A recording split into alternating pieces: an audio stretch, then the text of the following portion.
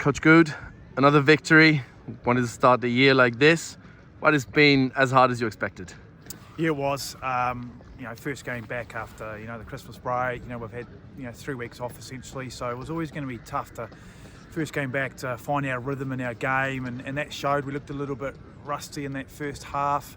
Our discipline and our exits weren't quite accurate enough, and Badia they started the game really strongly and put us under a lot of pressure. In all the first half, we had to be hit before we hit back.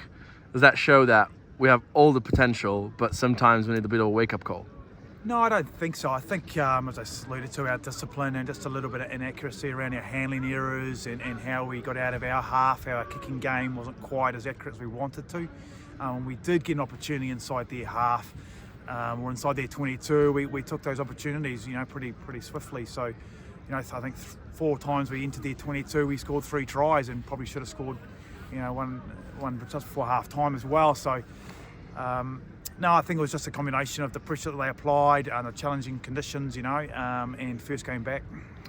Once again, when the conditions, as you said, put you in a pickle, the bench and all its qualities comes out and solves it.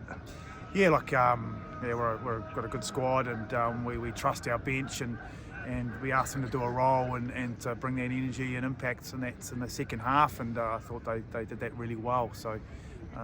It's a good sort of 23-man effort today. One more to go before closing the first half of the championship. What did you ask the boys? What have I asked? I said, we've just got to learn to be a little bit more disciplined, a little bit more accurate for longer periods of time. But we'll reassess, we'll review during the week, and then we'll get going to play at home against Casale next week. Perfect. Thank you, Coach.